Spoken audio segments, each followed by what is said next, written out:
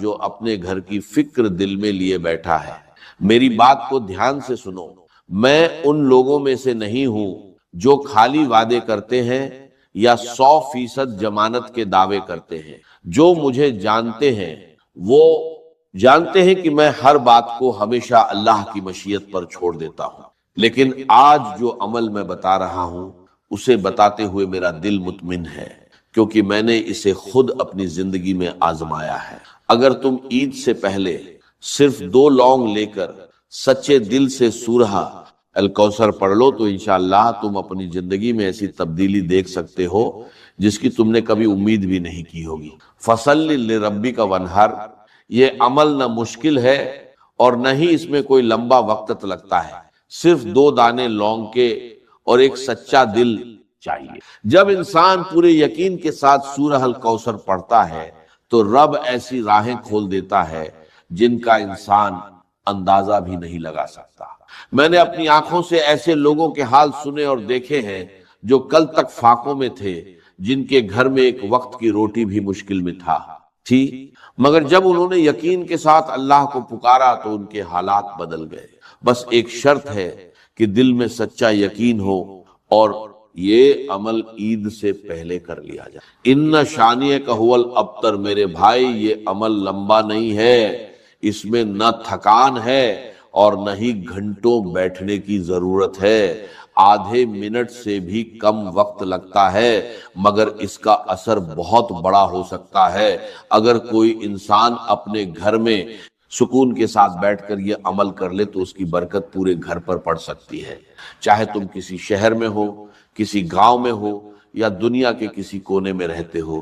اگر تم سچے دل سے عید سے پہلے یہ عمل کر لو گے تو رب تمہیں وہاں سے روزی دے سکتا ہے جہاں سے تم نے کبھی سوچا بھی نہیں ہوگا۔ کبھی کبھی انسان کی عقل بھی حیران رہ جاتی ہے کہ اللہ اپنے بندوں کے لیے کیسی کیسی راہیں کھول دیتا ہے۔ میں نے ایسے لوگوں کی داستانیں سنی ہیں جن کے اوپر قرض کا بوجھ تھا، جن کے دل پریشانیوں سے بھرے ہوئے تھے، مگر جب انہوں نے بھروسے کے ساتھ اللہ کو پکارا تو اچانک ان کے لیے روزی کے دروازے کھل گئے۔ کسی کو وہاں سے مال ملا جہاں سے امید نہیں تھی، کسی کے کاروبار میں برکت آ گئی اور کسی کے گھر میں سکون اتر آیا۔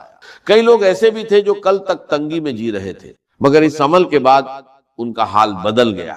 یہ اس لیے نہیں کہ لونگ میں کوئی طاقت ہے، بلکہ اس لیے کہ ان کا توکل اللہ پر سچا تھا اور نیت بالکل خالص تھی۔ جب اللہ کسی بندے کو مالا مال کرنا چاہتا ہے تو اس کے لیے ایسے دروازے کھول دیتا ہے جو انسان کے خیال میں بھی نہیں آتے۔ میں تمہیں کوئی کہانی نہیں سنا رہا، یہ ایک ایسا عمل ہے جسے میں نے اپنی زندگی میں ایک بار کیا تھا۔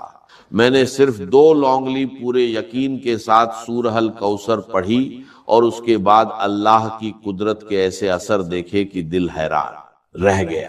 اسی دن سے میں نے یہ عمل سینکڑوں نہیں بلکہ ہزاروں لوگوں کو بتایا، اور اللہ گواہ ہے کہ بہت سے لوگوں کی زندگی میں اس کے بعد بڑی برکت آئی، کئی گھروں سے بیماریاں دور ہوئیں، کئی دلوں میں اطمینان اتر آیا، اور کئی گھروں میں روزی ایسے آئی جیسے آسمان سے رحمت برس رہی ہو۔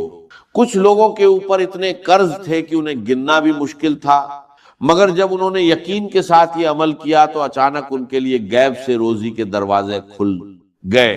اتنا مال آیا کہ انہوں نے اپنے سارے قرض ادا کر دیے اور آج وہی لوگ دوسروں کی مدد کرنے والے بن گئے۔ میرے بھائی، اگر دل میں سچا یقین ہو تو اللہ کی رحمت دیر نہیں کرتی، وہ جب دیتا ہے تو دلوں کو حیران کر دیتا ہے، جب حال بدلتا ہے تو تنگی کے بعد آسانی دے دیتا ہے، اور جب خوشیاں دیتا ہے تو آنسوؤں کو مسکان میں بدل دیتا ہے۔ اسی لیے دل میں امید رکھو اور یہ عمل عید سے پہلے ضرور کر لو۔ کون جانے اسی پل تمہاری تقدیر کا بند دروازہ کھل جائے اور تمہاری زندگی میں ایسی برکت اتر آئے جس کی تم نے کبھی کلپنا بھی نہیں کی۔ ہوگی ہوگی ہوگی، اپنے ہاتھوں میں صرف 2 دانے لونگ کے بہت سکون اور یقین کے ساتھ پکڑ لو، اور دھیان سے میری بات سنو۔ میں اللہ العظیم کی قسم کھا کر کہتا ہوں کہ اگر تم یہ عمل عید سے پہلے کر لو گے تو تمہاری تقدیر پل بھر میں بدل جائے گی۔ آج بھی میں حیران ہوں کہ کیسے کچھ بہنوں کے گھر میں کوئی کمانے والا نہیں تھا، کوئی اسپشٹ روزی کا سادھن نہیں تھا، لیکن اللہ نے ان کے لیے ادبھت راستے بنائے اور ان کے لیے دروازے کھول دیے۔ جن کی انہوں نے کبھی امید نہیں کی تھی۔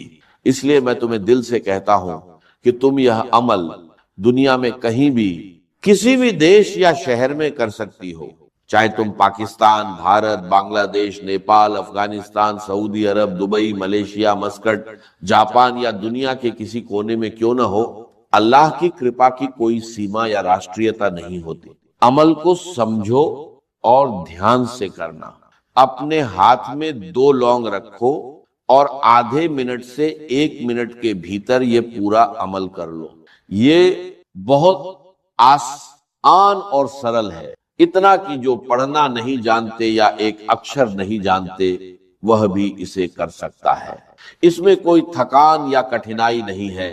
اسے اپنے گھر میں کسی بھی دن اور کسی بھی سمے کر سکتے ہو، بس ایک بار اور پورے دل سے، نیت صاف ہو اور دل سچا ہو، یہی کیول شرط ہے۔ پھر اس عمل کو اللہ کے حوالے کر دو اور دیکھو کیسے وہ تمہاری استھتی کو آسانی سے بدل دیتا ہے اور اپنی روزی سے تمہیں اتنی خوشیاں دیتا ہے کہ تمہارا دل بھر جاتا ہے اور آنکھوں میں سچے آنسو آ جاتے ہیں۔